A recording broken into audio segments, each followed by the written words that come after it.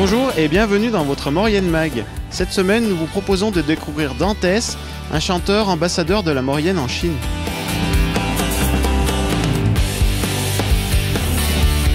Dantès Dailiang, bonjour. Bonjour. Alors vous êtes auteur, compositeur et interprète donc, originaire de Maurienne et vous chantez en Chine. Alors on va revenir un petit peu sur votre parcours. Vous avez appris cette langue, le chinois, hein, c'est ça, dès l'âge de 11 ans. C'est ça, à 11 ans, quand j'étais en 6e, j'étais à Lyon. À l'époque, Oui. j'ai grandi à Lyon, sur Lyon.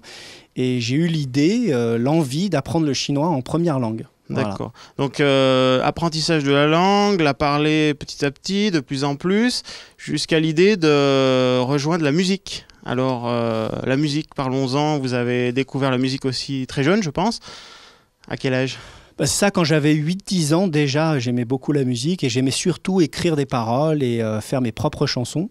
Donc voilà, j'apprenais le chinois, je faisais de la musique et puis ça maturait. Et puis au fur et à mesure... L'idée est venue d'associer la langue chinoise à la musique. C'est ça, parce qu'en fait, la première fois où je suis allé en Chine, donc j'avais 17 ans, j'étais resté un mois, on était en 95 à l'époque. Oui.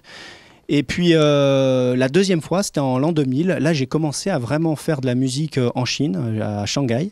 Oui. Et je commençais à chanter en chinois là-bas. D'accord. Alors, une reconnaissance dans le pays, comment ça s'est passé la première fois alors, de faire une scène en Chine ? En fait, la première scène que j'ai fait en Chine, c'était une télévision en fait, où il y avait un concours de chant à la télé. D'accord. Et en 2000, il y avait très peu d'étrangers, Oui. de Français qui étaient à Shanghai. Et donc, ils avaient besoin d'étrangers pour aller... Compléter ce concours, C'est ça, pour l'ouvrir un peu à l'international. Ouais. Et de là... Et donc là, j'ai chanté une chanson que j'avais composée moi-même, que j'avais traduite en chinois aussi. Et puis, je crois que j'avais terminé deuxième ou troisième. Donc, je me suis dit, allez, on va continuer à écrire ces chansons en chinois.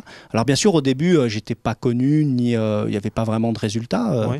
Et c'est après, lorsque je suis retourné en Chine en 2004, que j'ai commencé à faire ça en tant que professionnel. D'accord. Donc de là, les réseaux de contacts se développent. Alors, comment ça marche en Chine ?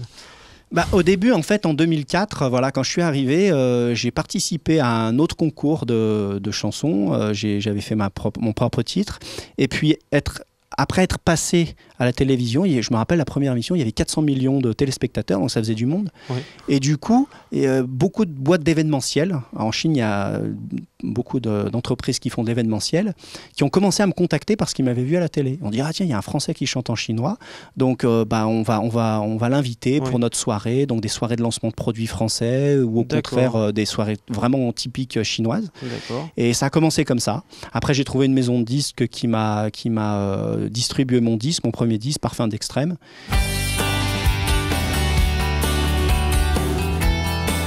Les choses se poursuivent, les années passent, la notoriété qui monte. C'est ça, parce que j'ai continué en fait en 2007, donc le premier album, en 2009 un deuxième album aussi distribué par une maison de disques chinoise basée à Canton. Donc mon album était distribué dans toute la Chine. La Chine, ça fait quand même 14 fois la France. Donc j'avais même des amis qui, quand ils voyageaient en Chine, me disaient « Ah, j'ai vu ton album dans les bacs là », alors ça me faisait plaisir. Et puis au fur et à mesure, j'ai aussi fait des télévisions, j'ai fait présentateur d'émissions, donc en chinois aussi. Donc tout ça, ça a fait grandir un peu la notoriété. Après, en 2010, il y a eu l'exposition universelle de Shanghai. Oui. Donc j'ai fait un album sur Shanghai aussi. Et puis j'ai continué, Et donc effectivement, la notoriété a grandi. Et puis j'ai pu faire ça jusqu'à maintenant, en fait. Alors, en parallèle, donc, des allers-retours entre la Chine et la France. Alors, au début, plusieurs mois par an en Chine, quelques mois en France. Aujourd'hui, la tendance s'inverse. Alors, pourquoi cette volonté ? C'est une volonté d'essayer de relier un peu les deux cultures, la Chine, la France, la Maurienne, les Alpes. La première chose, c'est vrai que je suis allé en Chine très tôt. Donc, en fait, j'ai passé plus de 12 ans, beaucoup de temps en Chine. Donc, au bout d'un moment, j'avais tout simplement envie de revoir la France. Et pour moi, la France, c'était Saint-Colomban-des-Villars. Parce que c'est là... que vous avez des origines. Des origines, voilà. Ma grand-mère, mes arrière-grands-parents sont de là-bas. Et donc, tout de suite, c'était la Maurienne pour moi. J'avais préféré revenir en Maurienne que d'aller habiter à Lyon ou à Paris. Dans une grande ville qui rappellerait peut-être... Voilà, oui, Shanghai.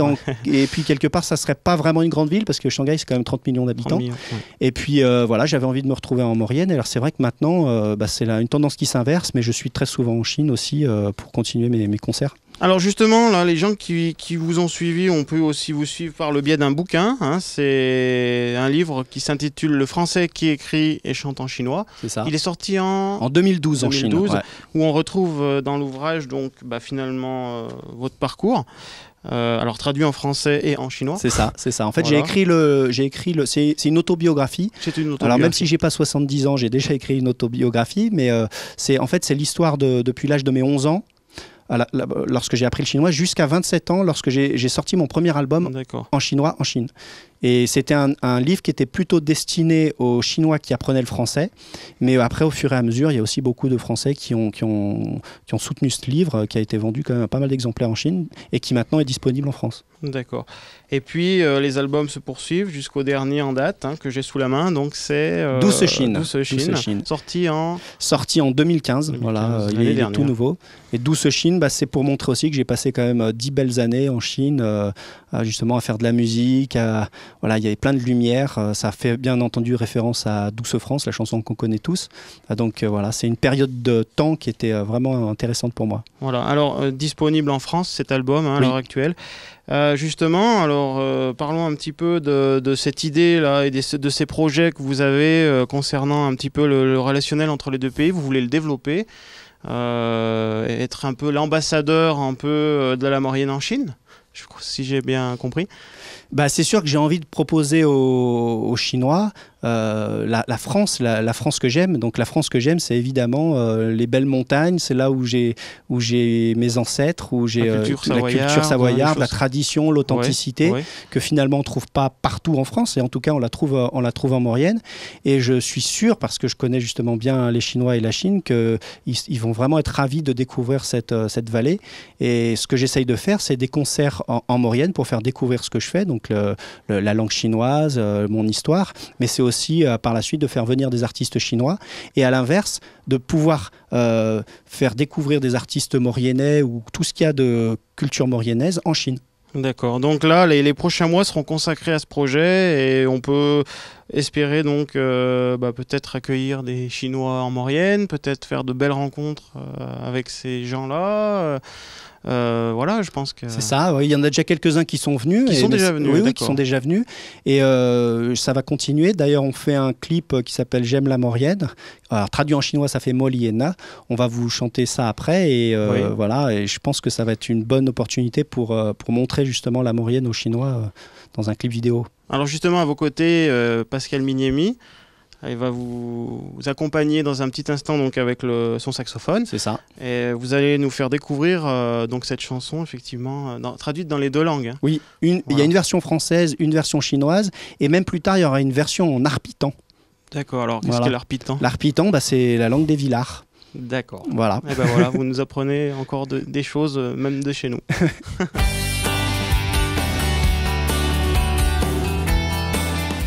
Tantès Dailiang, on vous souhaite une bonne continuation dans vos projets et on vous souhaite beaucoup de succès dans les mois et années à venir. Et puis donc on va vous écouter dans un petit instant interpréter donc J'aime la Maurienne, Moliena, une chanson donc traduite dans les deux langues. Et merci. 谢谢你，谢谢。Merci.